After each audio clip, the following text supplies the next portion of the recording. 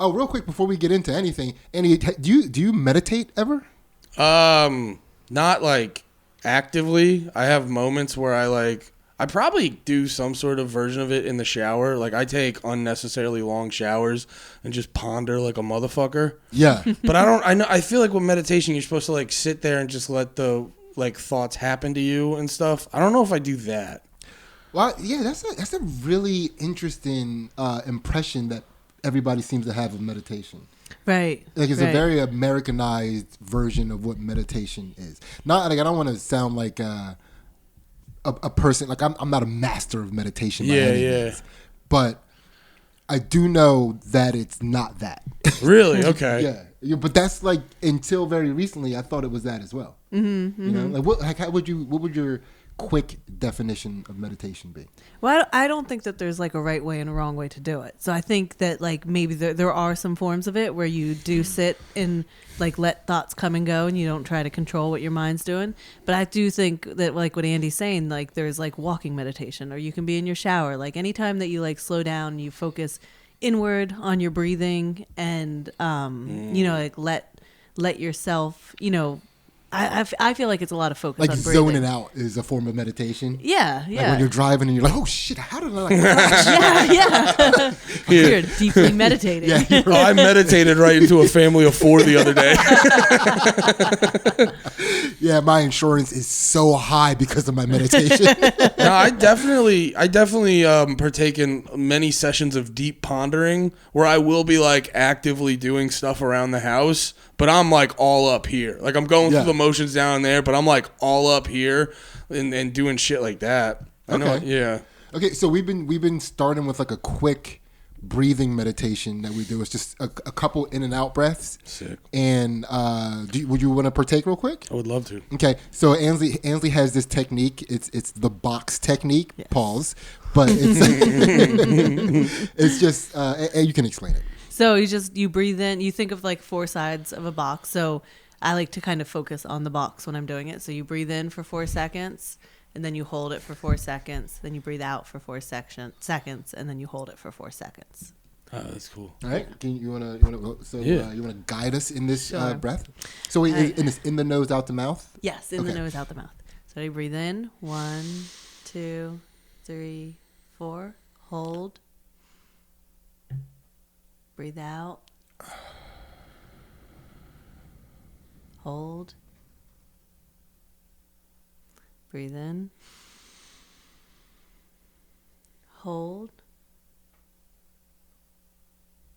Breathe out. Hold.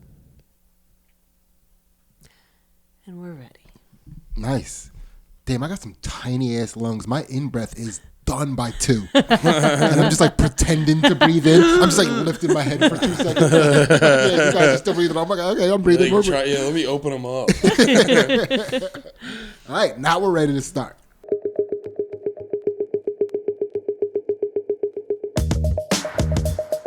We did it. We're back again. Yes. Now we're back. After that deep breath, we're back. We're in Feeling it. good. Let's go. And today we have a repeat guest. Mm-hmm. None other than the Andy Malafarina. Hey, thanks for having me. Dude.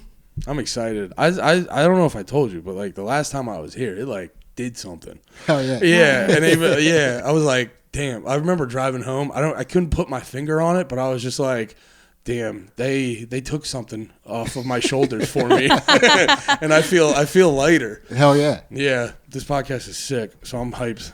That's what's up. Yes. That's what's up. Yeah. And so the repeat guests get different questions. Sick. And everybody of course gets the same questions. And once again, the whole entire premise of this podcast, if you're new to the chakra popping experience, we're just trying to prove that anybody can potentially reach enlightenment, no matter what their character, personality, sense of humor is. Mm-hmm. And we're just trying to be the best people we can. We're just trying to be the best us we can be. You know, we know that we might not figure out all the answers. Mm-hmm. We're going to try to figure out as many of our own answers as possible. And that's just about it. I think that's the key, dude. If you try to figure out all the answers, you'll go crazy. Yeah. Because you can't, and then that's what I've been like trying to do, is being like, because I tried to figure out all the answers, and then I'm like, you can't do that. Mm-mm. So I think you got to figure out your answers. Yes. That's it. Yeah. And that's our people. Our people are just trying to figure out their answers. Yes. Because I think if everyone figures out their answers, then we can chill way harder Yeah. as a society. So much harder. Like so much harder. Don't try to figure out my answers. Yeah. Yeah. I'm telling you, my answers for you are wrong, for Yeah. sure. They're not even always right for me. Right. There's no way they're right for you. Yes. And your Right? answers are not right for me. No, not at all. Not at all. So, if you remember the process, we start off with a little icebreaker question, and then we get into popping open the chakras. Ace, let's get it. So, Andy, what's the best advice that you have ever given someone? What's the best advice you ever given someone? Don't go to college unless you need a certification. Okay. Like unless it's a certification you absolutely need. You don't necessarily need to go to college. It's turning into a scam at this point. Yeah, for sure. Now, who have you given this advice to that has taken it? The 8 people that listen to my solo podcast. And that's Drag the Lake, right? No, No More Heroes. Drag the Lake is where I talk about music. Oh, okay. So No More Heroes. No More Heroes. Yeah, that's just me trying to be like, I could be Bill Burr. I could do an hour by myself. Okay. It helps though, actually, because I'm really bad at like sitting down and writing jokes and just talking by myself for an hour a week. It really helps with that. Okay. Nice. Yeah, I just hope more people watch the YouTube so it's less embarrassing to the public. Yeah. So now, did you go to college? Did I go to college? Yeah. Yeah. What did you get a degree in? Electronic media, which is basically communications. Okay. So I kind of, like with the podcasting, I kind of do a lot of the stuff. Yeah. I don't know. College is a weird one for me though, because like, it's like cosmically, it was a good reason to do college, but I don't use a whole lot of what I learned from college in life. Yeah. Because like, if I didn't go to college, I wouldn't have. If I didn't go specifically to Kutztown University, I wouldn't have started going to the open mics I started going to, and I wouldn't have met like Nate and Lemaire that I do Pennies in the Mouth with. Yeah. And like I was just joking with someone about this. Like, Pennies in the Mouth, by the way, is a podcast. it is a podcast. Not something Yeah. weird that Andy does. They're not young Senate staffers by any chance. But no, it's like I hate to compliment Lemaire publicly, but I was just talking to someone about this. Like, it's just so funny being friends with Lemaire because it's like I've known him for over a decade, and the more you learn about him, the more you don't know about him. He's just like he's like the most unique person, and like I'm not trying to leave Nate out. Nate's also his unique version of insane, but I just like with meeting Nate and Lemaire, meeting my wife, it like specifically has to do with the fact that I went to college in that area. So on a and also I had one teacher that gave me like really good life advice that was just like, don't stop being curious. And like I've held on to that forever. But besides that, I regret going to college. I don't like it. I don't like anything else I got from there. It'd be funny if you're like your teacher, your professor's like, hey, don't ever stop being curious. You're like, what do you mean by like, not the time, Andy?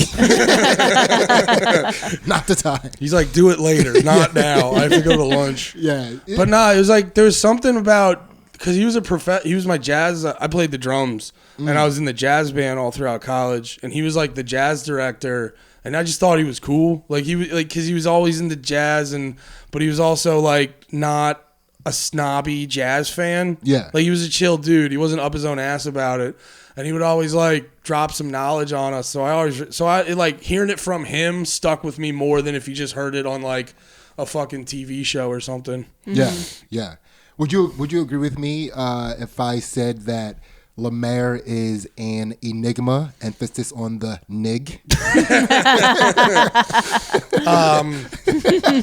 Would I say it that exact way? Yes. Yes, word for word.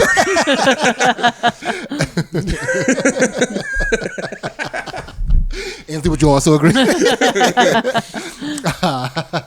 We're off to a popping start. Yes. Pop off. Yeah. So, but yeah, that's decent advice. I like that advice, especially in this day and age. If you don't need a certification for something, there really is no reason to go to college. But it is kind of like a socially eye-opening experience. I don't know if it's the same now. But you could also get a job at like a bar, and you know what I mean. And That's just also true. You could get just as drunk and fuck almost as many people. Yeah, you can definitely have as many sexual harassment charges. 100%. Just be a cook in a chain restaurant, and you can do the same amount of drugs and fuck the same amount of people. Yeah. You'll learn the life lessons there too. Yeah. That's well put. It's actually I did it. Chain restaurant cook is a super fun job in your early 20s. Yeah. Super fun. You don't have to go to work till like 3 p.m. Like there's usually a bar at your restaurant. Mm-hmm. The bartender doesn't give a fuck. It's actually a crazy fun job in your early 20s. Yeah, what chain restaurant did you work at? It was called I used to do a joke about it, but if this sounds like a bit, that's why. It was called Boston's Gourmet Pizza. Okay. And when I did the joke, I'd say, because you know how they're known for that. It never made sense to me. I'd be like, who goes to Boston? It was like, let's try the pizza. It's like, no, you go to Boston and you say the N-word. That's what you do. Yeah. But yeah, it was one of those chains that's like a chain, but they don't have that many locations. But it was like a step or two above an Applebee's. Because Applebee's is like all microwaves. We cook some stuff in the oven. Gotcha. Yeah, that was our difference. Yeah, that was their slogan actually. Yeah, we could cook some stuff. It's hard to microwave a pizza. Yeah. Yeah. Well, I mean, in Boston they can do it. Yeah, in America, they figure it out. Most pizzas are eaten. Yeah. Yeah. So that was. Thank you for that. Thank you. And now we're gonna hop into popping open these chakras, and like I said, you're getting different questions this time. Sick. We're gonna go a little bit deeper than we did last time. Well, I don't know if it's necessarily deeper, but it's we call it that. Yes. That's how we're branding it. So, Ansley, take it away. All right, we'll start with the root chakra again. Do you need to give Andy his warning? No, he already consented in the first episode. Okay. Yeah, the root chakra, as everybody knows, is located in and around the butthole. Sick. But he consented on the first episode, and that's indefinite. Okay. Awesome. Yeah. All right, so Andy, So if I see him on the street, I can get in that butt. Yeah, that's what that means. So Andy, what's your... He just grabbed my waist and showed me a waiver. You agreed to this. Yeah. You agreed to this, Andy. Cool. Come help me get in this butt. Bring your shoehorn. All right, Andy, what's your favorite bullshit? What's my favorite bullshit? Mm-hmm. Yeah. That's a really good question. I'm wondering. I'm really into the CIA right now. I don't know if that's a good answer, because that's just like, I really get into, because I really like to know what's real, and like, you kind of can't know what's actually going on without at least knowing what like the CIA does. Yeah. Because with all this shit, like there's this one called Operation Gladio, where they basically get these like sleeper cells and they put them in different countries, and they're just like, yo, hang out till we need you to fuck things up.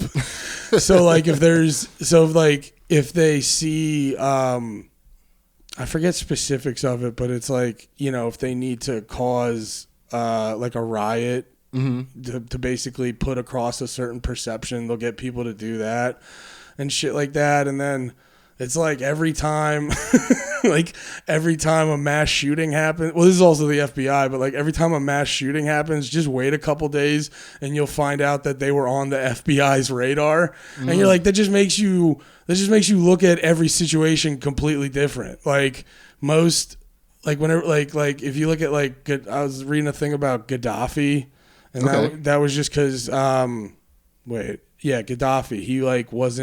he was trying to go off like I believe it was like a different financial standard.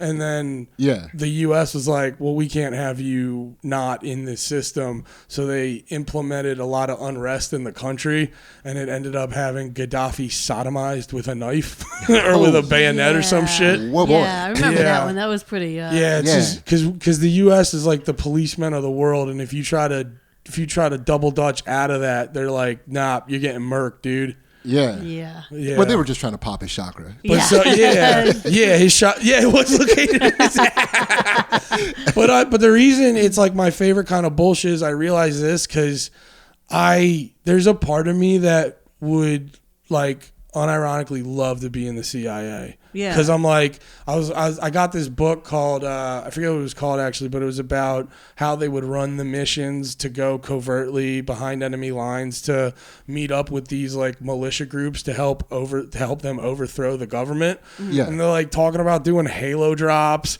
and like running. You know what that is? Where you like, you go a certain... Like altitude. Yeah, certain altitudes, so like the radar can't detect them. It's like low altitude parachute jumps. Yeah, and then you do like you parachute in, but you go way lower. So, but you parachute super low to not get detected, and then you basically have to embed they like would get embedded with these different. You have to repair your ACLs. Yeah, after you shatter both kneecaps, and then they'd embed themselves with these different like fucking like these different militia groups and shit in all these countries and just like help them fuck shit up. Yeah. And I'm just like, and it's always, every time you see like a dude in the CIA who's the evilest motherfucker, it's always a guy. Like, do you remember the movie Falling Down? I forget the guy. But Kirk Douglas. Yeah, remember how he was dressed with the tucked in shirt and the short sleeves button down? Yeah. And like big horn rim glasses? It's always a nerdy looking guy like that. If you see a dude like Kirk Douglas in Falling Down, he's done the most evil shit you could have ever imagined. Because I don't know. That stuff fascinates me because I'm always like, I just get intrigued with what the truth is. Because I heard someone a while ago said there's like, I forget what the term was, but he's like, there's no like determinate truth. Like everyone has their own truth. And I go, no, there has to be some solid truth and reality to every situation. Yeah. It's just the difference of like, some of us are colorblind, some of us aren't. Mm-hmm. But like one of them is right. So I always got intrigued with that. And then I started to realize like, well, if you don't know about all the goofing off that the CIA and the FBI does, you don't actually know what's going on. You're just, not to be fucking Andrew Tate or nothing, because that guy sucks ass, but you're just like locked into like a matrix or some shit like that. You're just like, and that's why, I don't know, that's why I get why people believe simulation theory, because like you kind of are in one. If you just like I don't know, if you just like went along with everything the government said about COVID, you know what I mean? I'm not saying it was like completely fake or whatever, but if you went along with like something as simple as like why do we have to say stay 6 feet apart? Yeah. If you go back and look, the government was like, because that sounds right. Yeah. When they're like closing national parks, like you can't go hiking in the woods. Like why? Or they were dumping sand in skate parks, and you found out that like if you were outside, you had to basically be tongue kissing someone to get COVID. Yeah. So it's like, I guess I'm just saying, like, if you go along with what the government says 100%, you're just living in a fantasy land. Now, I'm not saying it's all lizards and pedophiles and satanic demons and shit. It's some. But there's a few at least. Yeah, it's a non-zero amount. But yeah, I get super intrigued by like that, like, government lies get me going. That's the bullshit I get really intrigued with. So if you were in the CIA, right? I said that right. You got the right letter. It was like too much of a pause between. So if you were in the CIA, what type of wardrobe CIA guy would you be? Oh, I definitely have like a big vest with a shit ton of pockets. Okay. And then like I'd probably look like what's his name, Dan Connor from Roseanne. Yeah. With like a baseball cap, big vest with a lot of pockets. Like a fishing vest? Yeah, some shit like that. Okay. That definitely had some weird shit in it. And I was like the guy that showed up when they're like, we can't figure it out. And I showed up and I'd just be like, oh shit, he's here. Would you have sunglasses that were either like yellow or blue? Like they were like that tint? Like I'm the blue fucking the yellow aviators. Okay. Yeah. 100%. I see the guy. I see him too. Yep. I feel like because there's the guy that you described, the Kirk Douglas and Falling Down, the black tie, the white shirt tucked in. Yeah. There's the guy you just described with the fishing vest. Yeah. And then there's the guy that for some reason is in like a South American jungle wearing Hawaiian shirts. Yeah. He's always at the bar just like chilling. What is that guy? Yeah, I don't know.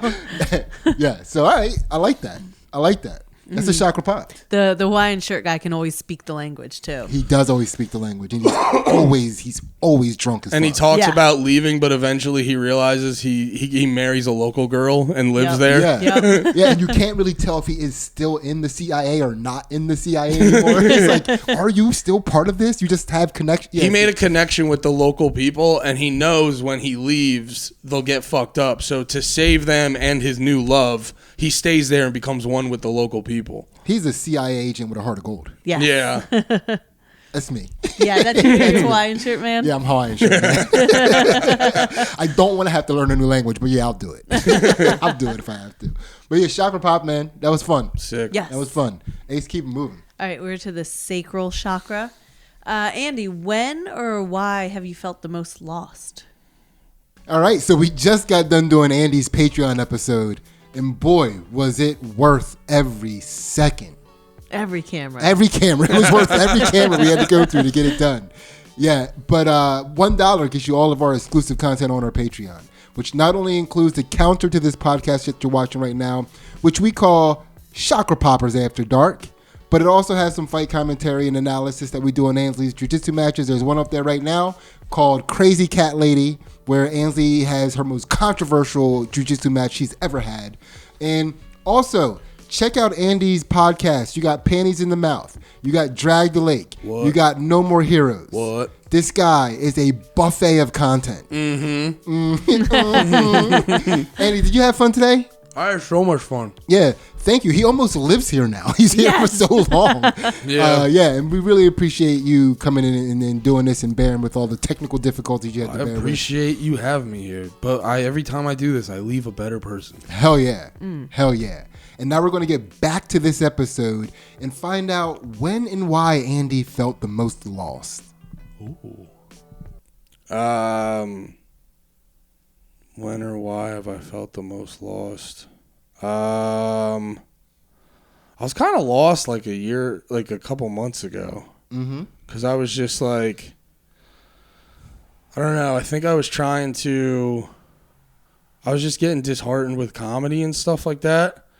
I was like, I don't know. I was getting like real deep on like my purpose in life. Because like for a while, I spent a lot of my life just like wanting to chill, and then when I like just wanted to chill and kind of take, I always felt like I was taking from the world. Okay. And then when I got to my 30s, I didn't feel like I had a purpose. I didn't feel like I was like providing anything or something like that. And then it's just like I associated that all with like stand-up comedy and shit, because that's all I had been doing. Yeah. And it made me not like stand-up comedy.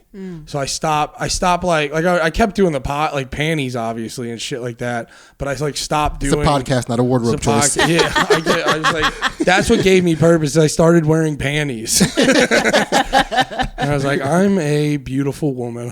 I just realized this. But no, it was just like. So did you feel like you were taking in comedy?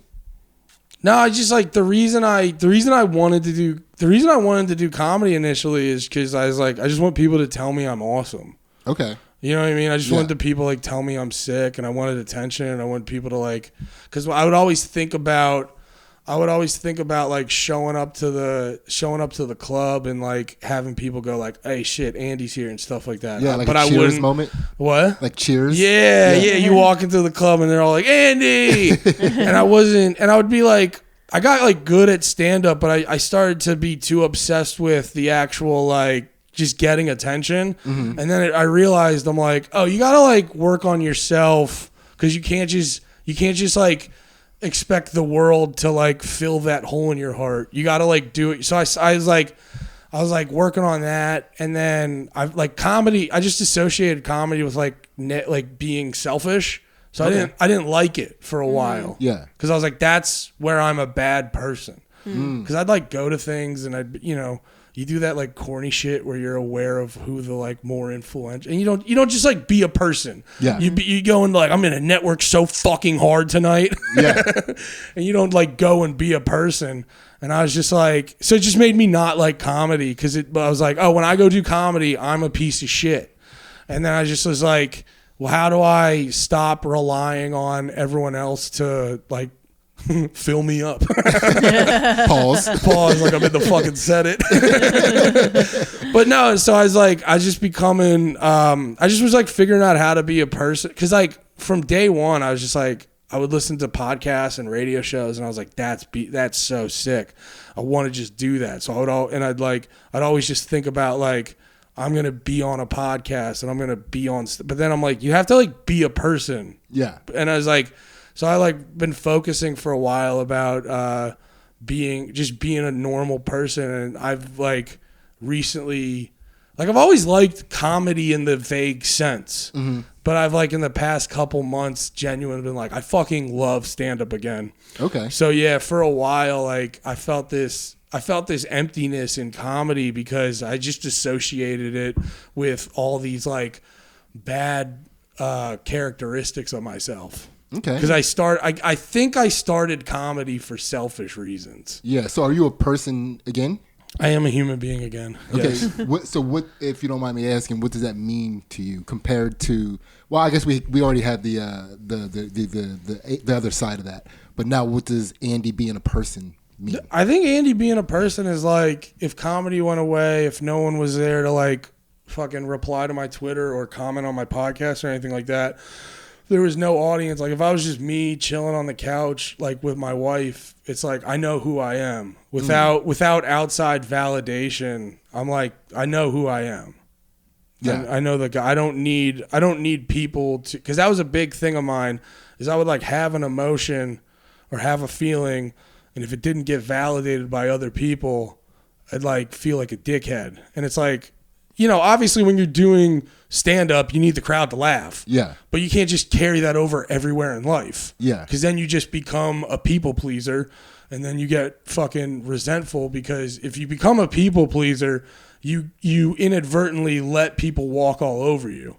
And then you start getting resentful because you'll be like, haha, yeah, totally, I'm accommodating. Then when you're driving home in the car, you're screaming like that you're a fucking pussy. Yeah. Because you let people walk all over you. Which is a form of meditation.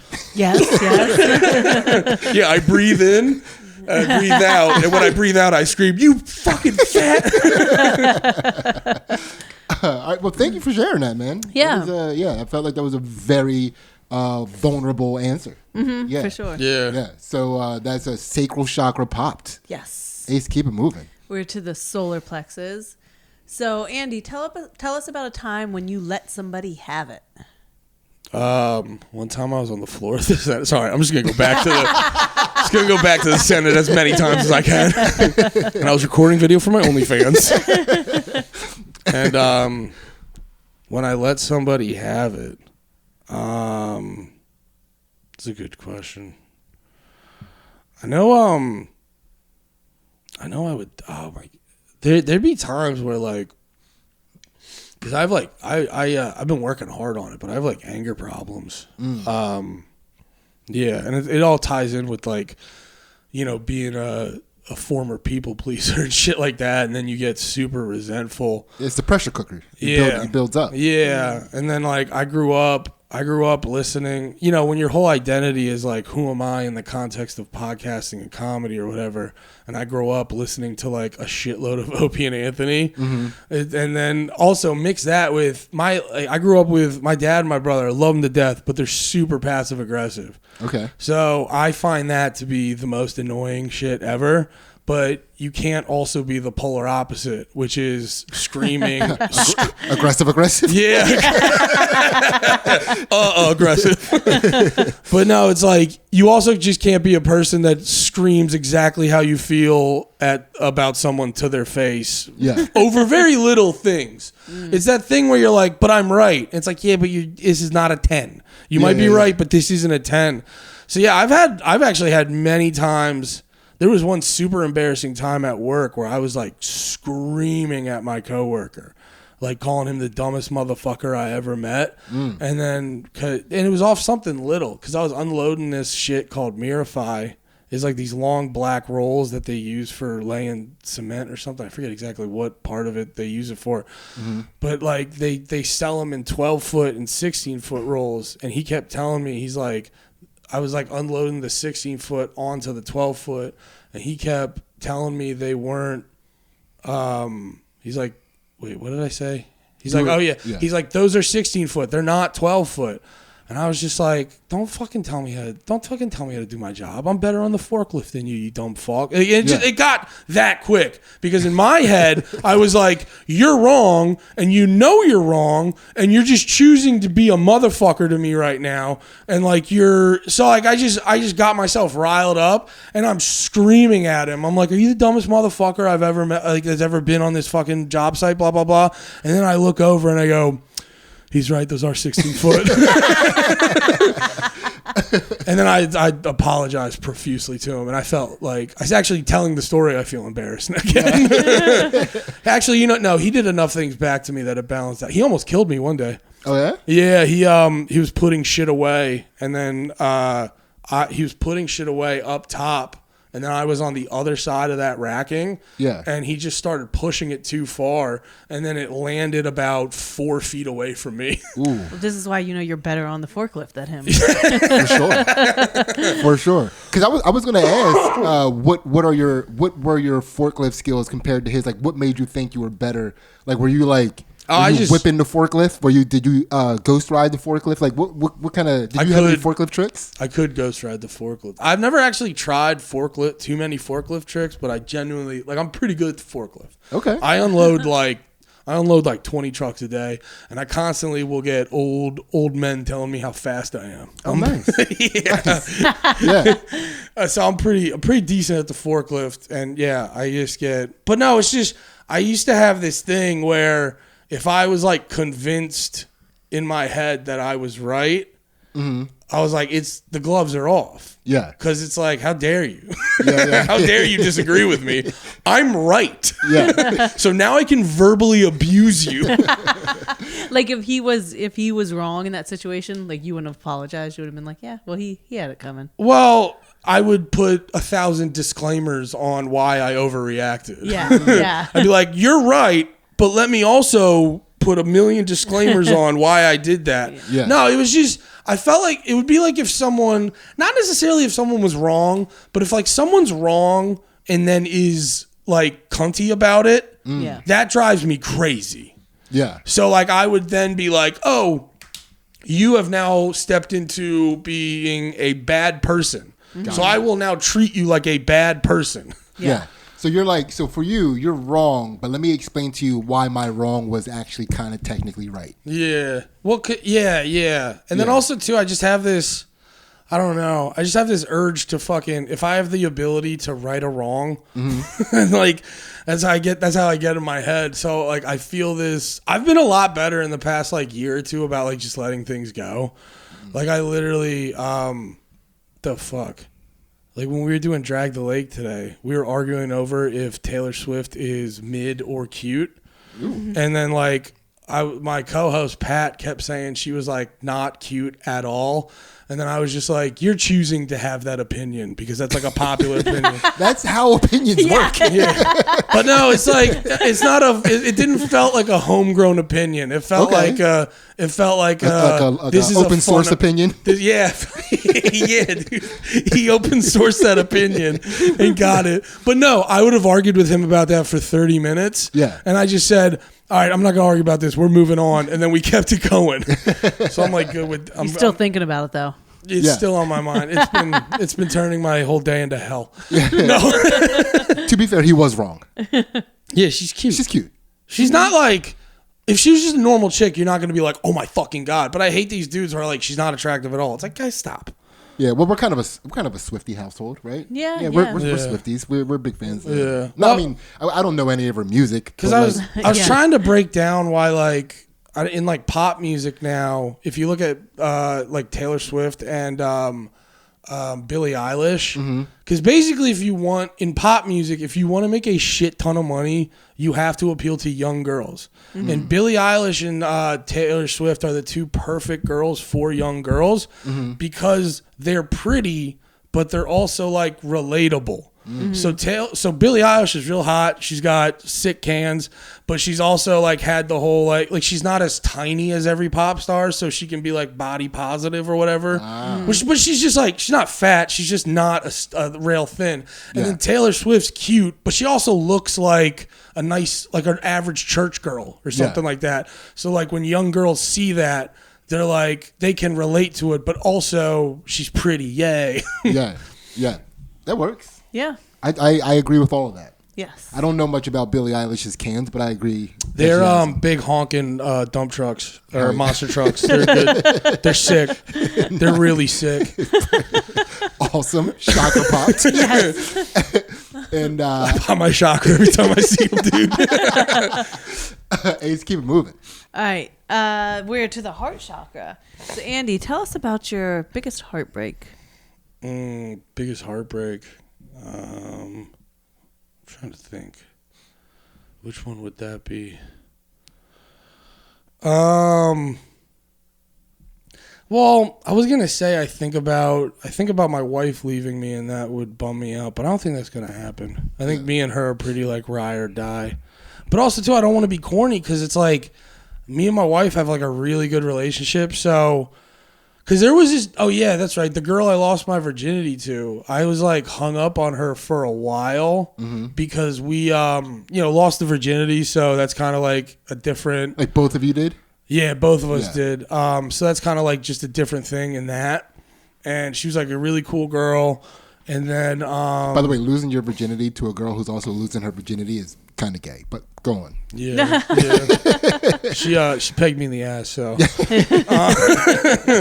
But we both like lost it. So that was like, and then when we broke up, it was because she had like a friend who was like talking shit in her ear about me. Mm-hmm. So she like slowly started to be just like a bitch. And I was like, rather than talking about it, to be like, yo, your friend's talking shit on me. Like I just was like, all right, fuck off. And then I broke up. And I remember that like stuck with me for a while. That one was like but then it's like, I remember I was thinking about her for a while, but then it's just like after meeting my wife, like not even trying to fucking suck her dick or nothing, but I'm always trans. Not even trying to like suck her dick or nothing, but like my wife's pretty sick. So once I like started getting real serious with her, I just did not worry about other chicks after that. So I'm not even like any chick I had like beef with, like I'm good. Like if you guys fucked me in the past and I had beef with you, I'm like super chill with you right now. Yeah. Yeah. He takes all that screaming back. That's all right. That's Nice. That's quick and dirty. Yes. Yeah. Yeah, that's but still so dorky to lose your virginity to a chick that's also losing her virginity. I was just playing the field how it went. That's how it went, dude. Yeah, you got to play the cards you're dealt. I was not picky about sex. Like I wasn't in a place. I was never like bad looking. Yeah, put it anywhere you want. I was never a smooth operator, so I was never picky about where the pussy came from. Yeah. Hey, that's a chakra popped. That's a hard chakra pop. You can keep it moving. Yes. So now we're to the throat chakra. So Andy, will you tell us about a time that you were manipulated or tricked? I don't know. Maybe I'm not aware of it. It was good. I really got you. What are you talking? No one's ever tricked me. I've never been tricked. That's a really good question. Fuck. When have I been manipulated or tricked? I genuinely don't know. This is a bad answer. Yeah, well, I mean, it's kind of it's funny that you don't know, considering that you hang out with both Lemaire and Nate. Yeah. You also seem to be really into a music scene, where people are constantly, drugging and tricking. Yeah. And you are a comic where people are constantly drugging and tricking. A lot of manipulating, a lot of bookers being manipulative. You also have jobs where people can kind of take advantage of your time. Yeah. Yeah. I honestly don't know. I don't know. I'm like really quick to get rid of people if they're like fucking around. Yeah. I definitely, if I smell someone's like a shitty person, I definitely like don't fuck with them that hard. Yeah. You know what I mean? Because, like, yeah, I don't know. So what about a time where you had to pull away from somebody where you started to sense the fishiness coming on? Oh yeah, well actually, yeah, pretty much all of my college roommates. Yeah. There was like one dude, there was one dude that really, I think this one actually affected me to this day. It was like a little moment, but it like bugged the hell out of me because he was I thought he was like, he never became like a super tight friend, but I just thought he was cool. I just thought he was like a cool, chill dude. He was fun to drink with. And I remember one time, it was like me, my girlfriend, a bunch of my roommates, some of their girlfriends. I like went into the bathroom, and when I went into the bathroom, he like turned to my girlfriend and started being like, yeah, man, he's a fucking loser. He's like fucking fat, and he's like sucks. And he like started saying a bunch of shit like that. Yeah. And then like she told me about that later. And I remember just being like, damn, that bums me the fuck out. And then I would see like some of those other friends, like after one of my roommates broke up with this girl, and then I caught the other one like texting that same girl to try to like hang out with her. And it was just, it's like one of those dudes who's like not a bad looking guy. He's really good at getting pussy. And it's like, why are you going to try to fuck your buddy, like your best friend's ex-girlfriend? Yeah. Yeah. You know what I mean? You like see shit like that, and it just made me like want to pull away from people like that. Cause I think that dude, like, I don't know, because I do have a thing of like, sometimes I get worried about people talking shit about me when I leave the room. I don't know. I think I've like been voluntarily naive about that because it'll like drive me crazy. I have had times where I'm like, someone doesn't like me? That's crazy. I'm the best.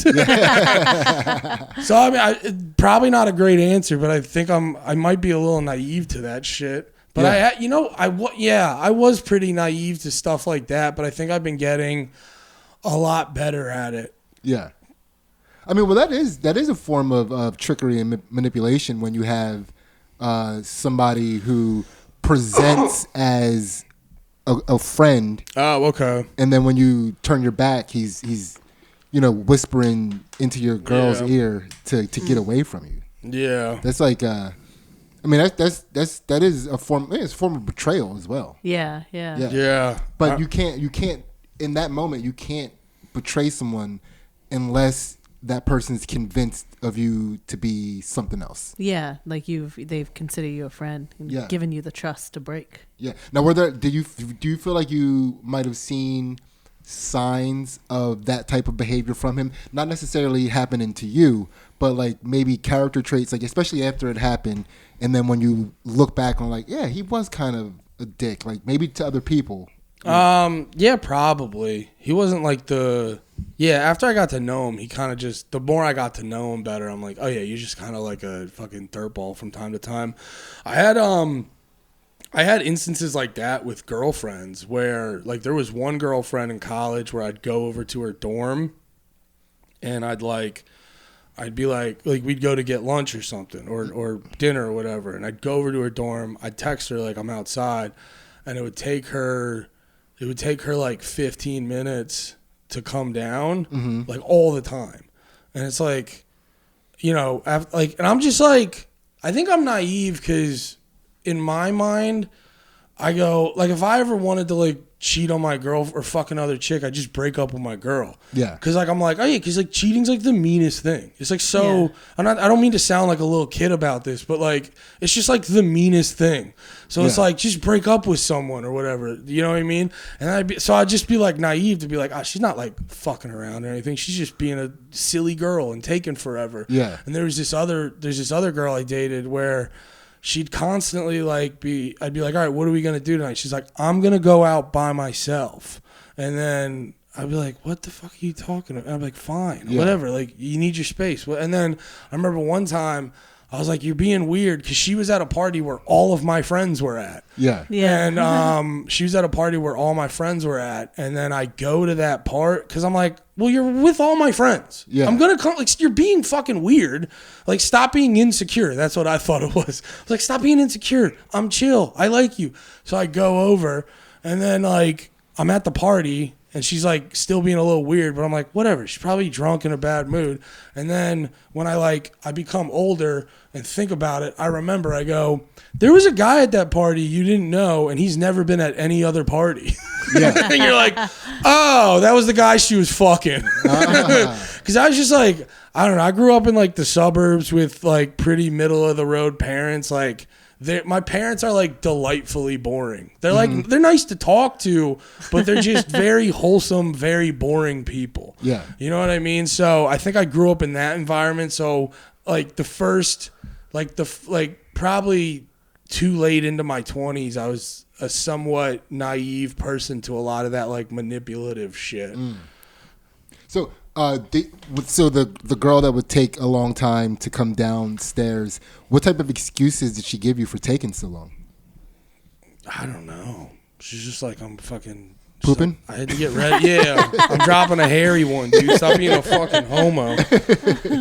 Okay, I mean, what that all checked out. Yep. For someone who couldn't think of one, we sure to get a lot. Yeah, sometimes I just need help pushing the wagon, and then once I'm like, oh, okay, this is how you do it. Oh yeah. Oh. it was like the Usual Suspects, like the end of the Usual Suspects. It's like, yeah, he was dating a bunch of Kaiser Sose's back in the day.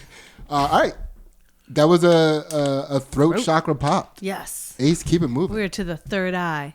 So Andy, what is your favorite thing to get jealous about? Wow. That's a great question. What is my favorite thing to get jealous about? I like people who are considered cool, because like I was always obsessed with, when I was younger and into my 20s, I was always obsessed with people thinking I was cool. Yeah. And shit like that. And then the older I got, I was like, that's really gay. And also it's super exhausting to be cool. And like everything I like, it was so funny. It's like, this is why I feel like sometimes, like, I'm not like, I don't know if there's like a God, but I always feel like someone's guiding it. Cause like I've consistently been into everything that's not cool. I'm a libertarian. That's the gayest shit ever. I'm into ska music. I do CrossFit. I still listen to old Fall Out Boy and Will Die on the Hill that it's fucking great. Like, I've never been into anything cool. Yeah. But I've always been obsessed with that. And then it's like, at some point, it just, because I also been, at some point it just hit me where I was like, I'm not saying it never fucking happens, because, everyone wants to be fucking cool sometimes. But I think it, so you've been cool before? I've had moments. I've had moments. Yeah, I told you I listen to ska. Open your chakra ears.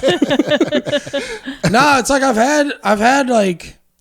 had moments actually with like my niece and nephew, where like having a niece and nephew that teaches you like a new, I don't know, just like teaches you a new way to like, oh, I never thought I could love someone this much. And like, they make me way happier than, random fucks who, if I wore the right t-shirt, they'd be like, this guy's sick. And then it's like, one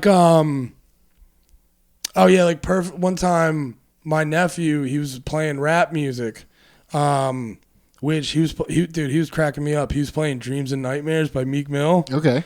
Dude, singing every word, but censoring himself so perfectly. Like, no one's around. It was just me and him. Yeah. I'm like, dude, I'm Uncle Andy. You can say every word. I won't tell. Yeah, but he knows you have friends. He's a great... He's like, I watch Panties, Uncle Andy.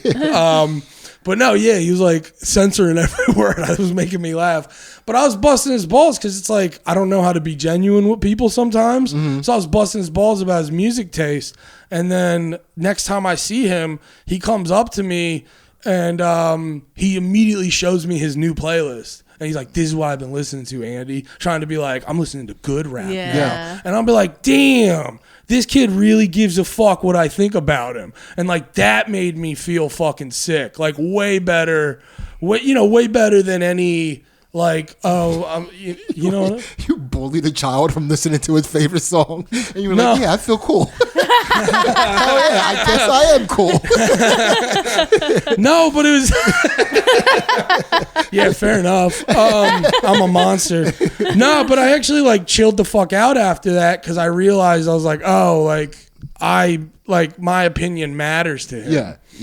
That is a good feeling. Yeah, so that was the good feeling. Yeah, because he definitely because I'm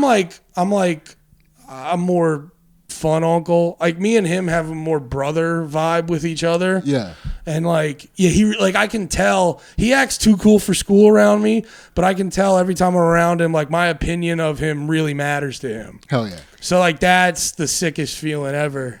Yeah. Do you have like when you were coming up, like, you know, middle school, high school, was there like a celebrity or like somebody we know that you were like, oh, that is a cool person? Or was there like a person, or was it just like a dude in high school that might have been older like than you? The cool archetype. Yeah, like what was the coolest dude? Oh, yeah.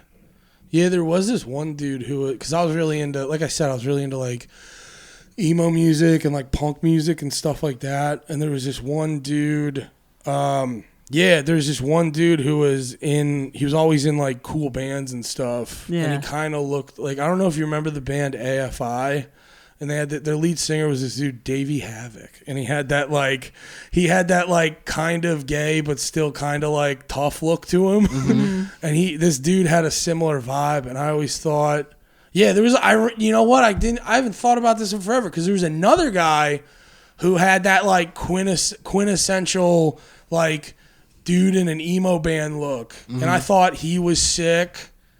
And I thought this other dude that looked like the guy from AFI was sick. Yeah. You ever try to wear eyeliner? Yeah.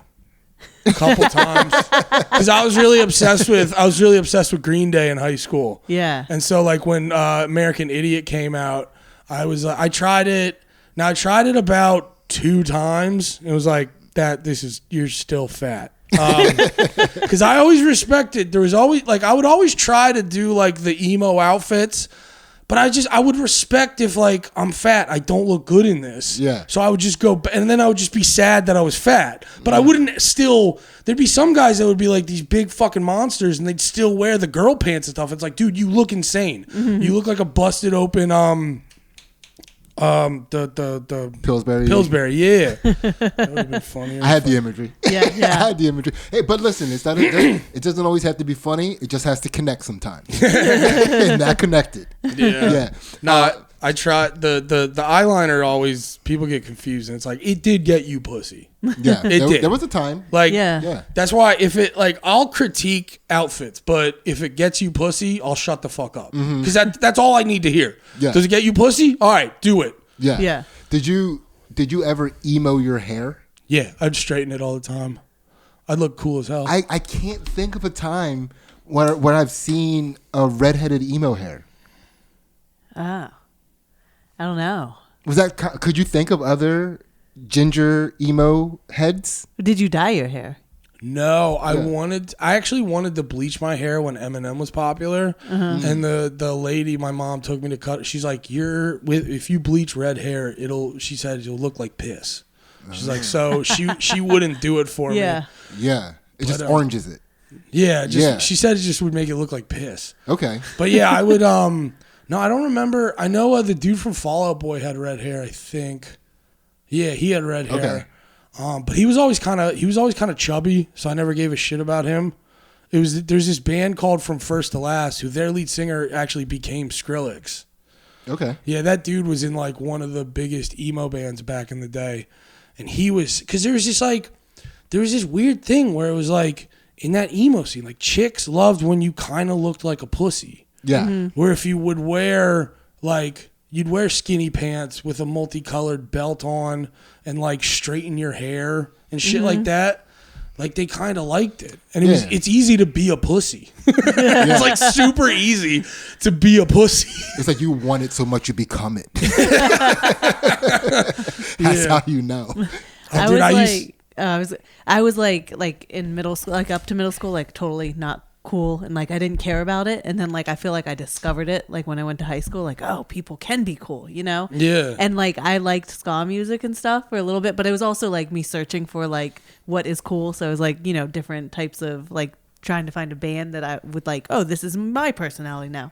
But I always wanted to like dye my hair black and like dress like that. But I never pulled the trigger on it because like I'd like slowly started dyeing my hair darker and darker. And people like my friends would be like, ew, your hair looks so bad. And like I never went for it all the way.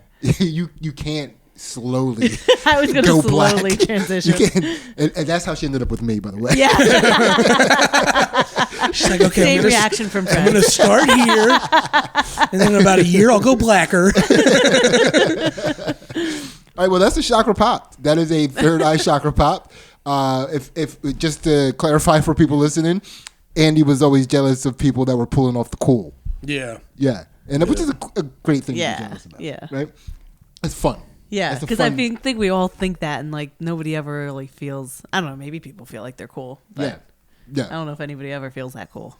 No. Right? God, no. Well, that's the dichotomy of it. Yeah. Aggressively trying to be cool is the least cool thing to do. It for Yeah. sure is. It for sure is. So, yeah. So, Ace, keep it Yeah. moving. So we're to the crown chakra. We did it. We did it again. We did it. So Andy, what makes you feel most connected? What makes me feel most connected? Like to He Batman voiced that. Yeah. What makes me feel most connected? this city and all the scum in it.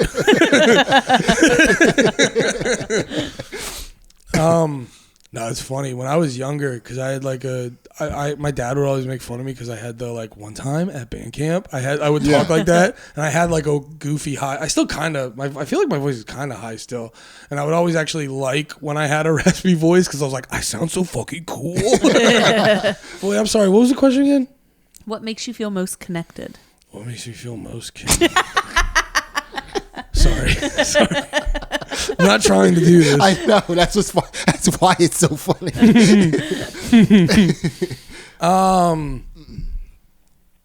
Actually, like, it feels like kind of hard. I like watching documentaries about shit before 2010 because I was watching this video. It was actually one of the YouTube channels I like to watch because he'll talk about old bands I used to be into. Shout out to Punk Rock NBA. But he was talking about why bands now don't get as popular as like they did. Like back in the day, remember back in the day, there'd be shit that you didn't necessarily pay close attention to, but you still knew about it. Mm-hmm. And like everyone knew about it. Mm-hmm. If you weren't paying close attention, everyone knew about Britney Spears and like what she was doing. But you don't have that anymore. Yeah. Like you'll have these YouTube, like there's YouTubers with 10 million subscribers that I could not tell you one thing about them. Mm-hmm. And if you say my name, I'll go, who is that? Yeah. It's because like back in the day, we used to have like what's called a monoculture. Okay. And like we don't have that anymore. And I think that I like watching, like I remembered it when I brought up Britney Spears because when I think Hulu or one of those apps had a 3 or 4 part Britney Spears documentary, and it reminded me of the time when the shit would happen, and then you'd go into school or whatever. Yeah, for me it would be school at the time. Yeah, and like everyone would be talking about the exact same thing. Yeah, and or I think the last version of that was Game of Thrones. Game of Thrones was kind of the last show that like people would avoid Twitter until they watched Game of Thrones. Yeah. And shit like that. So I know stuff like that gives me, I guess, I don't know if it makes me feel connected because like whenever I'm trying to I like to try to be as informed as possible, and I always feel like I'm behind. You know what I mean? I always feel behind. But if I want to feel a sense of connection, yeah, I like watching older documentaries about like pop culture and being reminded of those feelings. Yeah. Oh, you know what another one would be too? Keep that in your mind for a second, because I'm very curious about what was the 2010 cutoff. Like what happened in 2010 that took us away from the modern culture? Yeah, I don't know if that's like the exact year, but in that time frame, it was probably just. Wait, I'm trying to remember. Okay, it was probably a little bit later than that for me, at least, just because it was around the time Facebook opened up to everyone else, and they started. I think it was Facebook's fault because if you remember on the website, it would say, "What are you thinking?" Yes. And I think it instilled this thing into people of being like, what do you fucking think? Yeah. And so I think that started everyone creating their own little world. And there's a lot of benefits to it. I think like the way I podcast and like my sense of humor, I wouldn't be able to, like reach people like that if it wasn't for the internet. Like I would, like if this was back in the day, I'd probably have to adjust my act a little bit and stuff like that. For sure. But also at the same time, I feel like you have more opportunity to feel more isolated.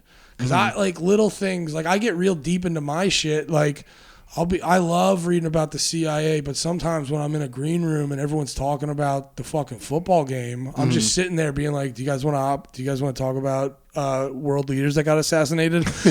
yeah. But no, for real, it's like sometimes I start to realize like I'll get left out of some of that shit. So it's anything in life. There's a benefit, there's a negative. Yeah, and there was a before I interrupted my question, there was something you were about to. Oh yeah, there's also so I like listening to hardcore music and going to the shows and doing like the moshing and all that shit. And there's just like you're always gonna get dickheads, but there's just weird sense of like everyone knows the rules. Yeah. And everyone's like locked in. So you're all going like I remember I went to this show recently. I went in Lancaster. I went to go see this band Kubla Khan, and like we were all doing the shit. I'm literally like doing the punches. I do a kick, and then I see this girl fall over, and just instinctually she falls over. I see like 3 guys coming her direction while they're doing their little dances, and just instinctually I turn, block the guy, and I pick her up. I kind of grabbed her titty, but it was to save her life. I didn't mean to, but no. And so I just like grip her up and pick her up, send her on her way, and then I go back to my fucking kicking the air and shit like that. And there's just this sense of that. Like I remember at one point they played this one song that's like one of their top songs. Some random dude saw me and we like locked eyes and he like grabbed my fucking shoulder and we fucking sang the song together for like a little bit. So yeah, that's a big reason I like going to shows, not just to be like a fucking fake tough guy, but like there's like when you're, because people look at the crowd and go like, how the fuck is that fun? Yeah. I go, because we're all like, we all know what's the fucking meme? We all understood the assignment. Yeah. We all know what the shit is. And so we're just participants. Like, so everyone's just doing that shit. And it's fun too, because a lot of times when you're into bands like that, you don't meet that many people in real life who are also into those bands. So now you're in a room with like hundreds of people into that band. So you're like locked into a thing you don't like ever get. Yeah. Man, I love this fucking podcast. I know. I do too. So crazy different for everybody that we have on here. Yeah. It's so wild. Man, Andy, thank you. That's a chakra popped. Yes. Moshing. I like moshing. Makes him feel connected. I know. Which is like, I like that explanation of moshing. dude, it was amazing. Yeah. It made me want to mosh. It did. For a second. Well, You better like, watch out. I might surprise mosh. Are you allowed to surprise mosh, yeah, Andy? can you shock Andy? mosh? It just allows you to be free, dude. Because Yeah. like I literally, they started playing the one song, and I literally was like running from end to end to the pit, and I was jumping off people like they were the turnbuckle in a wrestling ring. But like everyone was chill about. I mean, there's probably one person mad, being like, "Why'd that fat guy jump into me?" Yeah. But like, I don't know. Then don't stand on the edge of the pit. Yeah. You know the assignment. A little mosh and all. Yeah. Yeah. So yeah, man, we did it again. That's a crown chakra pop. How do you feel, man? I feel great. Yeah. And I love coming here. Yeah, I gotta start asking people. Do you have time to stick around for the Patreon? Yeah. Yeah. And so, by the way, that's $1 gets you all of our exclusive content, which not only includes the counter to this podcast that you're watching right now, which we call Chakra Poppers After Dark. I almost did it again. Well, because the last time he was on, we were still Two Jack Bruce. But now we're Chakra Poppers, and then the Patreon is Chakra Poppers After Dark. And also, check out... one of three podcasts that Andy has right now. He has Panties in the Mouth, he has Drag the Lake, and he has No More Heroes. So Panties in the Mouth he does with Lemaire Lee and Nate Marshall. Drag the Lake is his music podcast With Pat George. Oh, we just lost. Bow. Yeah, that was perfect. We finished. Yeah. We finished. I didn't. Did you happen to? Were you able to read what that? I could not read said? that. No. All right. Well, we're in the dark right now, and we're still talking. Oh. But yeah, and then check out No More Heroes. No More Heroes. And if you enjoyed me on here, you'll like No More Heroes. Hell yeah. You'll like all the pods. Check them all out. All right. Yeah, we love you guys, and we are out. See ya. Yeah.